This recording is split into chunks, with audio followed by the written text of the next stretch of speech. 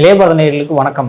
அதாவது மோடி கவர்மெண்ட் வந்து இந்த பெண்களை வந்து முன்னேற்றத்திற்கு எத்தனையோ வழிகள் கொண்டாந்தெல்லாமே வந்து மிகப்பெரிய முட்டுக்கட்டையே அந்த காங்கிரஸ் மற்றும் கூட்டணி, அதாவது இண்டி கூட்டணி, திமுக, காங்கிரஸ், திரிணாமுல் காங்கிரஸ் எல்லாருமே வந்து இதுக்கு எகெயின்ஸ்டாகவே இருக்காங்க பெண்கள் முன்னேற்றத்திற்கு. அதுக்கு எடுத்துக்காட்டு நிறைய விஷயங்கள் பார்த்துருக்கோம். நேற்றுக்கு நடந்ததுமே வந்து மிகப்பெரிய ஒரு துரதிருஷ்டமான விஷயம் தான் நம்ம சொல்லி ஆகணும். மெஜாரிட்டி அதிகமாக இருந்தாலும் லோக்சபா ராஜ்யசபாவில் பாஜகவும் மற்றும் கூட்டணி என்டிஏ கூட்டணி மெஜாரிட்டி அதிகமாக இருந்தாலும் கூட 2/3 மெஜாரிட்டி காட்டணும். ஏன்னா அது வந்து அரசியலமைப்பு சட்டத்தையே திருத்தம் செய்ய போகுது. ஸோ 2/3 மெஜாரிட்டி வேணும். அதனால் என்ன பண்ண தேவைப்படுது அப்படின்னா 328 ஓட்டு தேவை. 545 லோக்சபாவில் இருக்காங்க அப்படின்னா 328 சம்திங் தேவைப்படுது. பட் ஆனால் நேற்றுக்கு நடந்த ஓட்டிங்கில் வந்து என்டிஏ கூட்டணி சேர்ந்தவங்க எல்லாருமே எவ்வளோ ஓட்டு போட்டிருக்காங்கன்னா 278 ஓட்டு போட்டிருக்காங்க. அந்த சட்டம், அதாவது உமன் ரிசர்வேஷன் பில் ஆகட்டும் இல்லை டீலிமிட்டேஷன் ஆக்ட், அந்த ரெண்டுமே சேர்ந்து வந்தக்கூடிய அந்த பில் ஆகட்டும் எவ்வளோ போட்டிருக்காங்கன்னு பார்த்தீங்கன்னா 211 எகெயின்ஸ்டாக போட்டாங்க. ஸோ அதனால் வந்து இந்த பில் வந்து பாஸ் பண்ணப்படலை. அதை கொண்டாடுறதுக்கு இங்கே ஸ்டாலின் அவர்கள் வந்து பட்டாசு வச்சு வெடிச்சு கொண்டாடிக்கிட்டு இருக்காரு.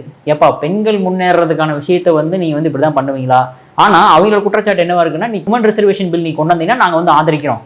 ஆனால் டீலிமிட்டேஷன் ஆக்ட்னு ஒன்று கொண்டாந்து தொகுதி மறுவரையை செஞ்சு உங்களை தமிழ்நாட்டை அது மட்டும் இல்லாமல் அதாவது தென் மாநிலங்கள் நீங்கள் வந்து வஞ்சிக்கிறீங்க அப்படின்ற மாதிரி ஒரு விஷயத்த சொல்லி இதை வந்து மிகப்பெரிய ஒரு போராட்டமாக பண்ணி கடைசியாக பார்த்தீங்க அப்படின்னா இப்போ வந்து பில் பாஸ் பண்ணப்படலை. இருந்தாலுமே வந்து நம்ம மோடி அவர்களாகட்டும், அமித்ஷா அவர்களாகட்டும், ஓம் பிர்லா அவர்களாகட்டும், இது வந்து ஒரு துரதிருஷ்டமான நாள், அது இவங்களை கருப்பு நாள் அப்படின்ற மாதிரி விஷயங்கள்லாம் வந்து சொல்லியிருந்திருக்காங்க.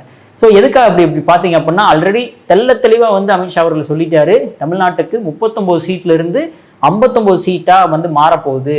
அதாவது பாப்புலேஷன் மக்கள் தொகையோட கணக்கெடுப்பு பிரகாரம் அது பிரகாரம் நாங்கள் பண்ணலை, ப்ரோரேட்டா எக்ஸ்பேன்ஷன் அப்படின்னு மாதிரி சொல்லி அதை வந்து உங்களுக்கு 50% அதிகமாகும் அப்படின்ற மாதிரி சொல்லப்பட்டிருக்கு.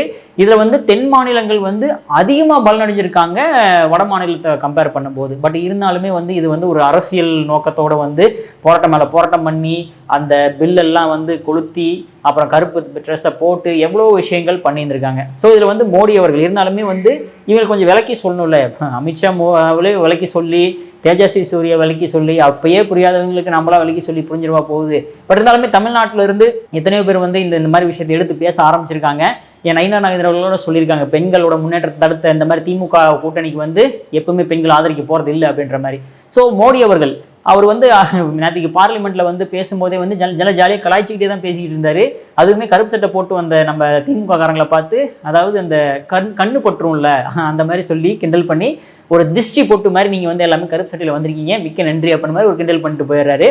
அதே மாதிரி ராகுல் காந்தியெல்லாம் பேசக்கூட விடமாட்டேன்றாரு பக்கத்தில் இருக்கிறவர் அப்படின்ற மாதிரி நம்ம வேணுகோபால் நினைக்கிறேன். அவர் அந்த எம்பி கிண்டல் பண்ணி பேசிட்டு நல்லா ஜாலியாக சிரிச்சு கிண்டல் பண்ணிட்டு இருந்தாரு.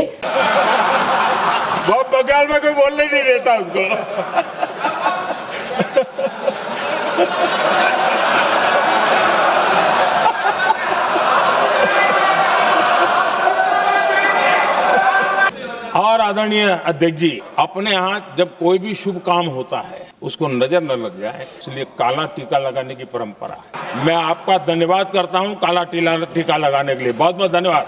அதே மாதிரி தெளிவுபடுத்திட்டார். இந்த உமன் ரிசர்வேஷன் பில் வந்து பல தடவை வந்து பாஜகவினர்களால் கொண்டாடப்பட்டுச்சு. ஆனால் அதை வந்து நிறைவேற்ற முடியவில்லை. காங்கிரஸ் ஆட்சியில் இருக்கும்போது கூட வந்து பாஜக வந்து ஆதரவு தெரிவிச்சுது. அந்த டைமில், அதாவது 2009 2010 அந்த டைமில் வந்து கொண்டாங்க, நாங்கள் ஆதரவு தருவோம்னு பாஜக சொல்லிச்சு. பட் இருந்தாலுமே அது லோக்சபாவில் பாஸ் பண்ண, ராஜ்யசபாவில் பாஸ் பண்ணாங்க. ஆனால் லோக்சபாவில் வந்து காங்கிரஸ் பாஸ் பண்ண கிடையாது. அப்போ கூட வந்து 550 சீட்டு தான் இருந்தது. ஏன் அப்பயே அவங்க பாஸ் பண்ணிட்டு போயிருக்கலாமே, அப்போல்லாம் அவங்க கேட்க கிடையாது. இப்போ என்ன பண்ணுறாங்க அப்படின்னு பார்த்தீங்கன்னா, நீங்கள் வந்து தொகுதி மறுவரையை செஞ்சு நீங்கள் வந்து ஆதாயம் தேடிக்கிட்டு அதுக்கப்புறமேட்டு வந்து இந்த பெண்களுக்கான இடஒதுக்கீடுன்னு ஒரு விஷயத்தை கொண்டு வரீங்க நீங்கள் அப்படின்ற மாதிரி சொல்லி இதை வந்து முட்டுக்கட்டை போட்டு தடுத்து நிறுத்திட்டாங்க. ஸோ இப்போ நேற்றுக்கு பில் பார்த்தோம் அப்படின்னா அது வந்து பில் பாஸ் பண்ணப்படலை. மறுபடியுமே வந்து அமெண்ட்மெண்ட் வந்து செய்யப்படலை வந்து அரசியலமைப்பில். ஸோ இதனால் என்ன ஆகுது அப்படின்னு பார்த்தீங்கன்னா, பெண்களுடைய அந்த 33% அப்படின்றது வந்து இன்னும் காலதாமதமாக போய்கிட்டே தான் இருக்குது. ஆனால் நிச்சயமாக பாஜக வந்து மெஜாரிட்டி, அதாவது 2/3 மெஜாரிட்டி வந்துருச்சு அப்படின்னா நிச்சயமாக இந்த பில்லை மறுபடியும் கொண்டு வருவாங்க, நிச்சயமாக பாஸ் பண்ணுவாங்க.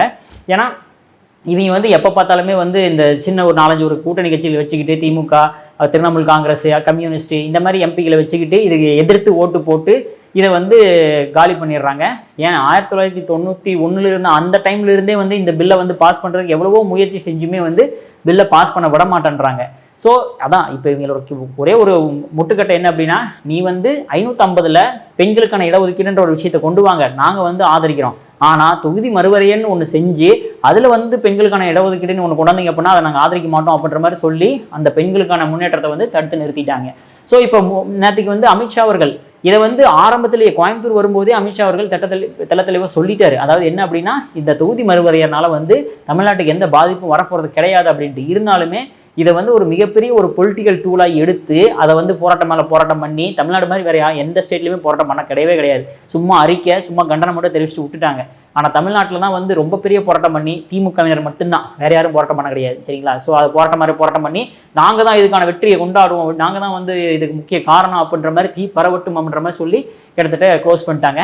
பட் இதுக்கெல்லாம் வந்து ஃபியூச்சரில் எப்படியும் நிச்சயமாக ஒரு ஆப் இருக்குன்றதை வந்து நம்ம தெளிவாக இந்த இடத்துல சொல்லி ஆகணும். இன்னொரு விஷயம் என்ன அப்படின்னா, இங்கே தமிழ்நாட்டில் வந்து பல விஷயங்கள் வந்து திண்டாடிக்கிட்டு இருக்குது. அந்த காரணத்துக்காக இந்த மாதிரி ஒரு டிஸ்ட்ராக்ஷன், அதாவது டேக் டைவர்ஷனை கொண்டு வந்தோம் அப்படின்னா இவங்க எல்லாமே அதை மறந்துடுவாங்க. இதை மட்டுமே வந்து தூக்கி பிடிச்சிக்கிட்டு இருப்பாங்க. நியூஸ் சேனல் ஆகட்டும், செய்தி சேனல் ஆகட்டும், அதே மாதிரி எல்லா தொலைக்காட்சிகள் ஆகட்டும், டிபேட் ஆகட்டும், இந்த மாதிரி விஷயங்கள் இதை பற்றி தான் பேசுவாங்களோ வழியோ இந்த மாதிரி வந்து நம்மளை தாக்க பேசக்கூடிய விஷயங்களை வந்து மறந்துடுவாங்க அப்படின்ற மாதிரி. இந்த நம்ம அமைதிப்படையில் நம்ம சத்யராஜ் சொல்ற மாதிரி தான், ஓ அதை பத்தி இப்போ பேசின அப்படின்னா இதை மறந்துடுவேன் நீ அப்படின்ற மாதிரி அந்த டூல் எப்பவுமே கையில் எடுத்துருவாங்க. ஏன் நம்ம தமிழ்நாட்டில் எத்தனையோ விஷயங்கள் நம்மளால பார்க்க முடியுது. என்னென்ன அப்படின்னு பார்த்தோம்னா, சட்டம் ஒழுங்கு பிரச்சனையா இருக்குது, பெண்களுக்கு எதிரான குற்றங்கள் அதிகமாகிட்டே வந்துட்டு இருக்குது, எல்லா பொருள் விலைவாசியிலுமே வந்து ரொம்ப உயர்த்தி வச்சுக்கிட்டு இருக்காங்க, கஞ்சா போதை அதிகமாகி எங்கெங்கேயோ போய் கண்ட இடத்தெல்லாம் வெட்டிக்கிட்டு இருக்கானுங்க. அதே மாதிரி சொன்ன வாக்குறுதிகளில் வந்து எதையுமே நிறைவேற்றவே இல்லை, 70% மேல் நிறைவேற்றவில்லை அப்படின்ற மாதிரி சொல்றாங்க. அதே மாதிரி இந்த குடும்ப ஆட்சி அப்படின்ற ஒரு விஷயம், இத்தனை விஷயங்களையுமே ஏன் இன்னொன்று சொல்லணும் அப்படின்னா, திமுக காரங்க எங்கெங்கெல்லாம் ஓட்டு கேட்க போறாங்களோ அங்கெல்லாம் இளைஞர்களும் சரி வயதானவர்களும் சரி முட்டுக்கட்டை மேலே முட்டுக்கட்டை போட்டு கேள்வி மேலே கேள்வி எழுப்பி வீடியோ மேலே வீடியோ போட்டுட்டு இருக்கனால அதுவுமே ஒரு பக்கம் பிரச்சனையாகிறதுனால இதெல்லாம் டேக் டைவர்ஷன் பண்ணும் அப்படின்னா இதை கையில் எடு, இதை மட்டுமே மத்திய நியூஸ் சேனலில் பேச வை அப்படின்ற மாதிரி பேச வச்சு கடைசியில் இது வந்து டிஃபீட் ஆயிருச்சு. இதை வந்து கொண்டாடுற விதத்தில் எல்லாருமே இனிப்புகள் வழங்கி பட்டாசுலாம் வெடிச்சு ஸ்டாலின் அவர்கள் கொண்டாடிட்டு இருக்காரு. ஸோ ஸ்டாலின் அவர்களுக்கு இன்னொரு விஷயம் என்ன அப்படின்னு பார்த்தீங்க அப்படின்னா, இதை வந்து நம்ம வந்து கையில் எடுத்தோம் அப்படின்னா மக்களுடைய பிரச்சனைகள் இருக்கக்கூடியதெல்லாம் மறந்துடுவாங்க அப்படின்றதுக்காக இதில் கையில் எடுத்தாரு. அதே மாதிரி வெற்றி அடைஞ்சிட்டாரு. இருந்தாலுமே எலெக்ஷனில் வெற்றி அடைவாரா அப்படிங்கிறத வந்து கேள்விக்குறி தான். ஏன்னா எப்பவுமே வந்து அமித்ஷா அவர்களும் சரி மோடி அவர்களும் சரி தெளிவாக சொல்லிட்டாங்க, 2026 சென்சஸ், அதாவது மக்கள் தொகை கணக்கெடுப்பை வச்சு நாங்கள் வந்து இந்த தொகுதி மறுவரையை வந்து நாங்கள் செய்யறது கிடையாது அப்படின்ற மாதிரி தெளிவுபடுத்தியுமே கூட வந்து இதை வந்து சென்ட்ரல் கவர்மெண்ட்டை தப்பான ஒரு மிஸ்இன்ஃபர்மேஷனை, ஓகேங்களா, ஒரு தப்பான ஃபேக் நியூஸ் எல்லாம் கிரியேட் பண்ணி அதை கடைசியில் வந்து மூழ்கடிச்சிட்டாங்க. ஸோ இந்த பில்லுமே டிஃபீட் ஆயிருச்சு. இருந்தாலுமே தெளிவாக எல்லாத்தையும் எக்ஸ்பிளைன் பண்ணியுமே இந்த அளவுக்கு கொண்டு வந்து நிறுத்திருக்காங்க அப்படின்னா, ஏன்னா எப்பவுமே வந்து அமித்ஷா அவர்களும் சரி மோடி அவர்களும் சரி தெளிவாக சொல்லிட்டாங்க, 2026 சென்சஸ், அதாவது மக்கள் தொகை கணக்கெடுப்பை வச்சு நாங்கள் வந்து இந்த தொகுதி மறுவரையை வந்து நாங்கள் செய்யறது கிடையாது அப்படின்ற மாதிரி தெளிவுபடுத்தியுமே கூட வந்து இதை வந்து சென்ட்ரல் கவர்மெண்ட்டை தப்பான ஒரு மிஸ்இன்ஃபர்மேஷனை, ஓகேங்களா, ஒரு தப்பான ஃபேக் நியூஸ் எல்லாம் கிரியேட் பண்ணி அதை கடைசியில் வந்து மூழ்கடிச்சிட்டாங்க.